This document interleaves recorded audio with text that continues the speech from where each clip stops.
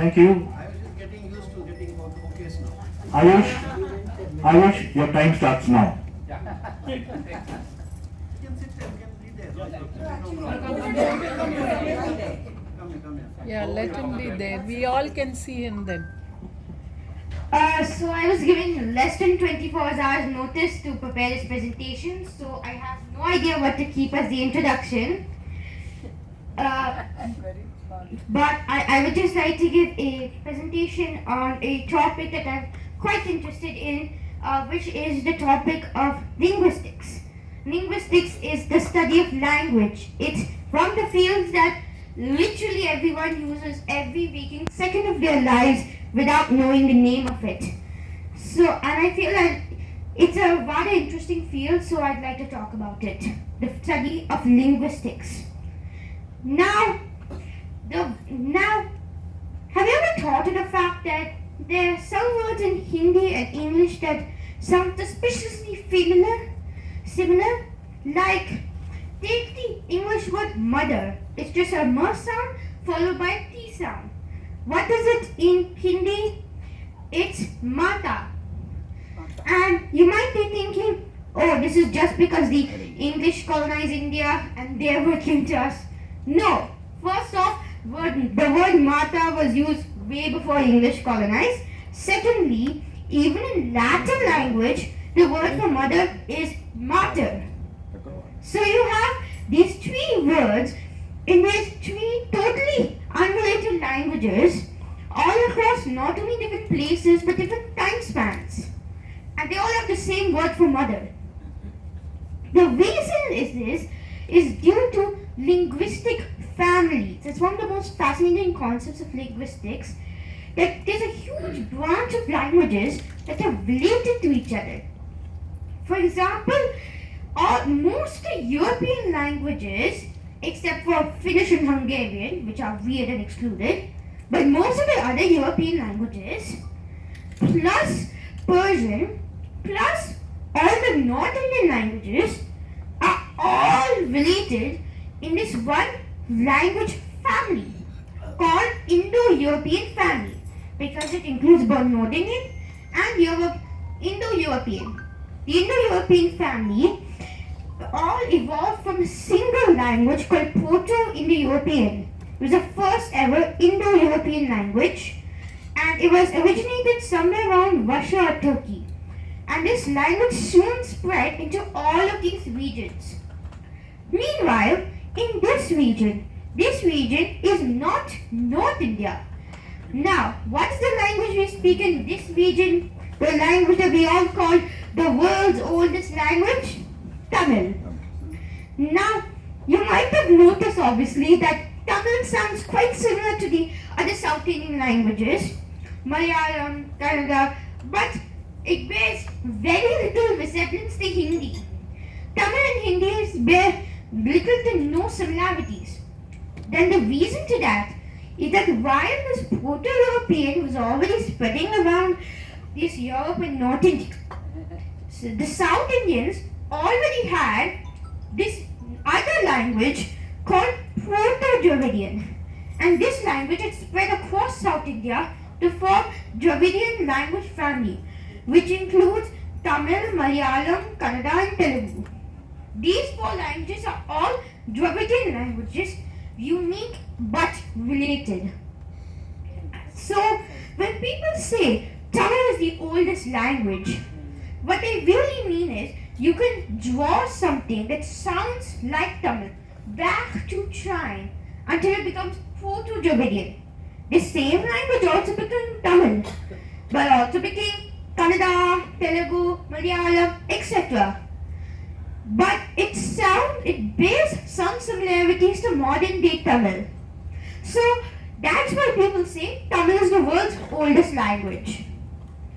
Now, when talking about language, we not only talk about how the words actually sound, we don't only talk about how mother and mother sound similar, because they are written in totally different ways.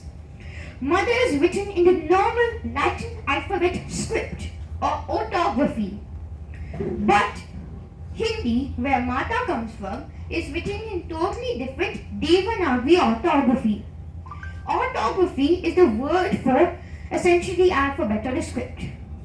Now, what makes English, the English alphabet, different from Devanagari characters, Hindi characters? What's the difference?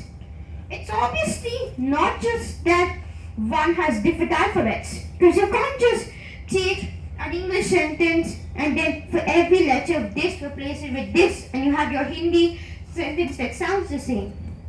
The reason is the two languages are fundamentally different and they are of different types. English is of a type called an alphabet. Not all languages are alphabets. An alphabet is specifically a language that has one letter for all consonant sounds and all the vowel sounds. Hindi is this language called an Abugida.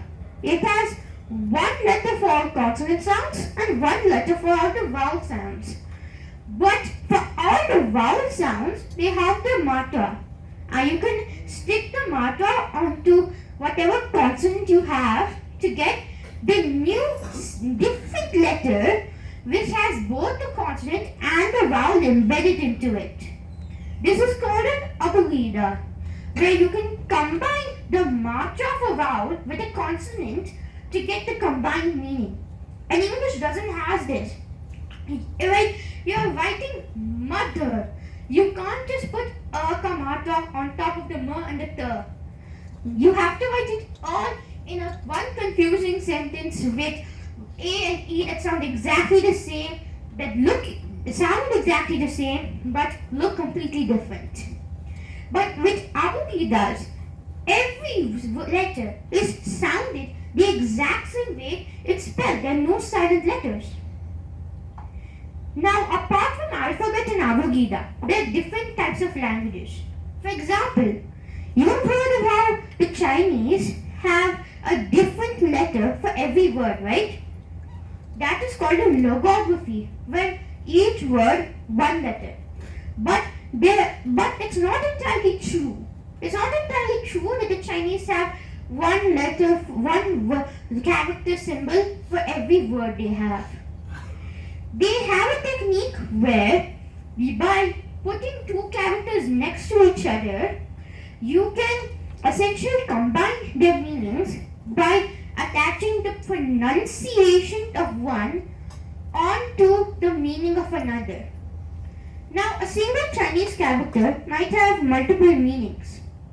For example, I don't know, maybe one character could be both sun and moon. But let's say you have another character who makes a sa sound, but means something completely different.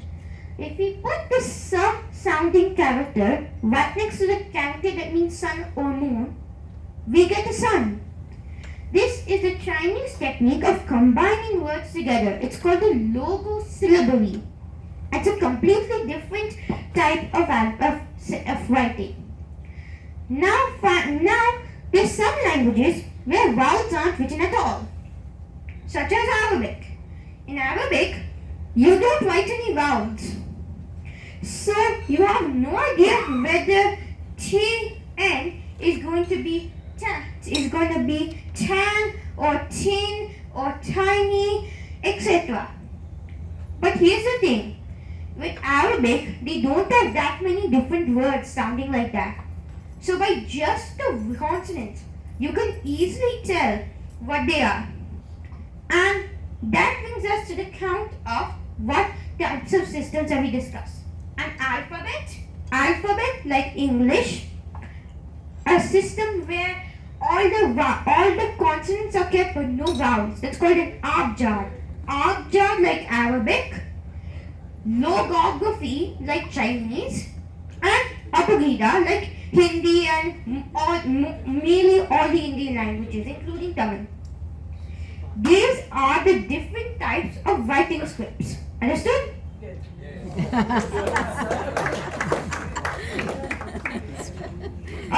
Now, would you like me to continue or not? Okay, I'll just pause. I'll just pause it in here. So this is my short talk about the different types of scripts and how similar sounding letters can convey geographical meaning in families. In other words, why English and Hindi are similar, and why Hindi and Tamil are similar, but Hindi and Tamil are not similar, and English and Hindi are not similar. Thank you. Let's give the round of applause to Ayush. Wonderful, Ayush.